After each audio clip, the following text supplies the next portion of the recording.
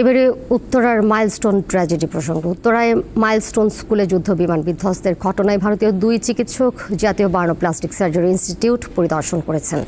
ভারতীয় 2 বিশেষজ্ঞ চিকিৎসক ও নার্স জাতীয় বার্ন প্লাস্টিক সার্জারি ইনস্টিটিউট পরিদর্শন করেন। সন্ধ্যায় দেশে আসবে চীনের বিশেষজ্ঞ চিকিৎসক দল। উত্তরায় মাইলস্টোন স্কুলে যুদ্ধ বিমান বিধ্বস্তের ঘটনায় জাতীয় বার্ন প্লাস্টিক সার্জারি ইনস্টিটিউটে চিকিৎসাধীন রয়েছেন 44 জন। এদের মধ্যে 8 জনের অবস্থা আশঙ্কাজনক বলে জানান হাসপাতালটির পরিচালক। 13 জনের অবস্থা সিভিয়ার ও বাকি 23 জনের অবস্থা ইন্টারমিডিয়েট পর্যায়ে রয়েছে। এখন পর্যন্ত মারা গেছে মোট 32 জন।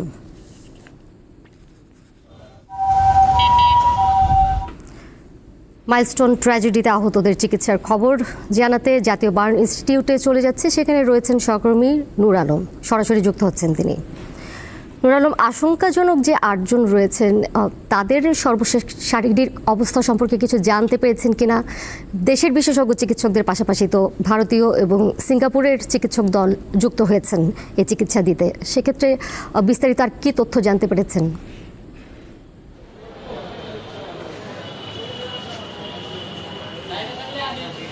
হ্যাঁ দোলা, উত্তরার মাইলস্টোন স্কুল অ্যান্ড কলেজের যে বিমান বাহিনী যে বিমান বিধ্বস্ত ঘটনায় কিন্তু শোকের মাতম এখনও চলছে পুরো দেশে।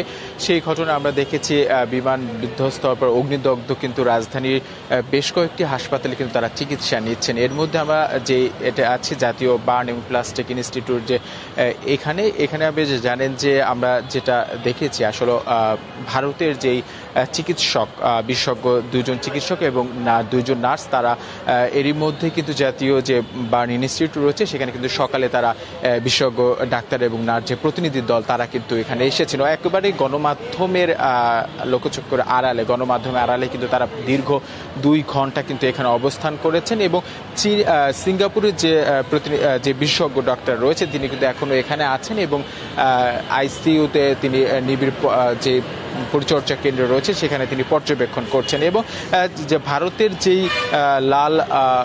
ভারতের রাম মনোহর লোহিতা এবং সফরজং হাসপাতালের চিকিৎসকরা কিন্তু এর মধ্যে তারা গণমাধ্যম কথা না বলেই কিন্তু আসলে তারা চলে গেছেন এবং বিকেলে কিন্তু চীনের যে 5 সদস্যের যে প্রতিনিধি দল চিকিৎসকরা তারা আসার কথা রয়েছে। এর মধ্যে আপনি জানেন যে এই জাতীয় বার্ন ইনস্টিটিউট এর মধ্যে 45 জন চিকিৎসাধীন অবস্থায় রয়েছে। এর মধ্যে 44 জন ছিল এবং গতকালকে রাতে একজন যুক্ত হয়েছে, অন্য হাসপাতালের থেকে এসেছেন।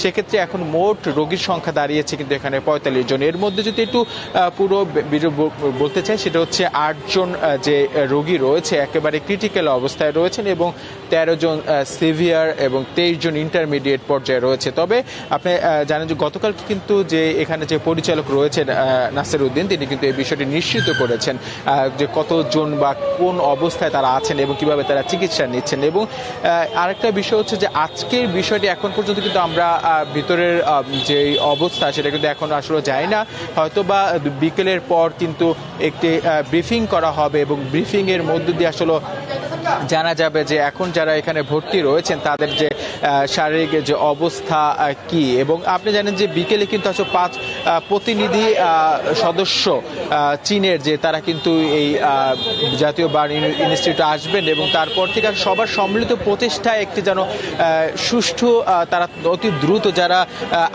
ইন্টারমিডিয়েট বা আংশিক পর্যায়ে রয়েছে তাদেরকে সেবা দিয়ে যত তাড়াতাড়ি সম্ভব সবাইকে জানি দ্রুত চিকিৎসা সেবা দেওয়া যায় সেটাই আসলে নিশ্চিত করার জন্য। এবং আরেকটা বিষয় হচ্ছে যারা এখানে চিকিৎসা সেবা নিচ্ছে তাদের অধিকাংশের বয়সই কিন্তু 9 থেকে 14 বছর, সেটা কিন্তু আসলে হবে। এবং এই মুহূর্তে আমরা যেটা দেখেছি একেবারে আমরা গণমাধ্যম কর্মীরা এখানে অবস্থান নিয়েছি, সেটা হচ্ছে আমরা পরবর্তীতে আপনার মাধ্যমে আসলে ভিতরের কি অবস্থা সেটা আসলে দর্শকদের জানাতে পারবো। দোলা এবং সহকর্মী নূর আলম।